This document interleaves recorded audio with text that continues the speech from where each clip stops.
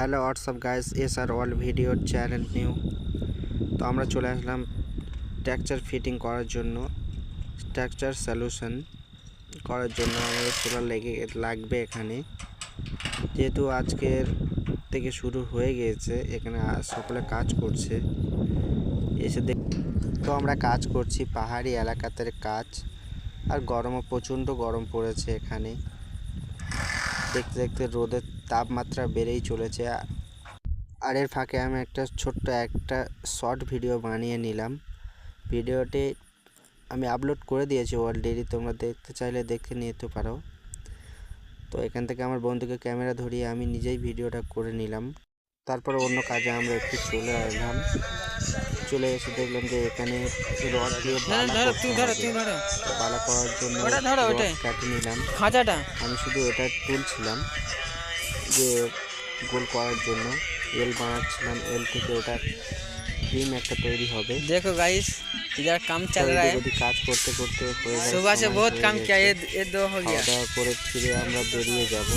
হ্যাঁ, যেহেতু সেই জন্য আমরা হাত মুখ ধুতে চলে আসছিলাম।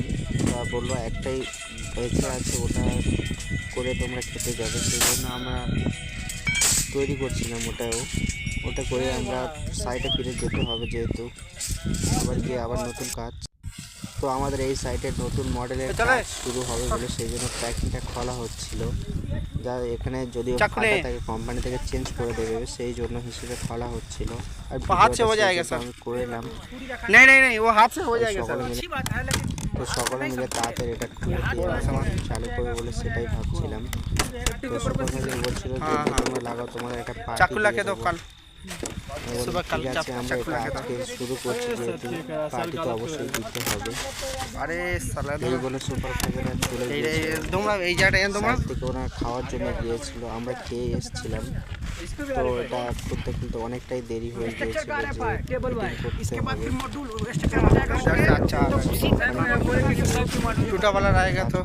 দেখছে, আমাদের দেখাশোনা করছে। তো এইটা যে এনাকে তোমরা চেনো নাম হচ্ছে ফেরিওয়ালা লক্ষ্মীনাথ। পাশে রয়েছে সরিষাতে বাড়ি। আছে মমতাজুল আছে আমার কাছের একজন। ভিডিওটা একটু ফাস্ট চারদিকে যাও, কারণ অনেকটাই টাইম নিয়ে ভিডিওটা করা হয়েছে, তাই ভিডিওটা আমি একটু ফাস্ট করে দিলাম। ফাস্ট করে আমাদের মডেলটা খোলা হয়ে গেছে অলরেডি। আমরা লাগাতে চালু করব, সেটার জন্য অপেক্ষা করছিলাম। তো সুপারভাইজার আমাদের মধ্যে মডেল একটাও ফাটা বেরোয়নি, তার সেই জন্য ভিডিও করছিলাম। তো আমরা লাগাতে চালু করে দিয়েছিলাম, সে ভিডিওটা করা হয়নি। বেরিয়ে গেলাম।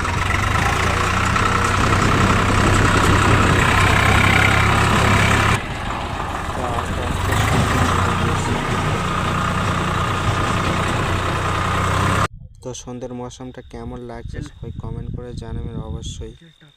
ভিডিওটা আমি বানালাম।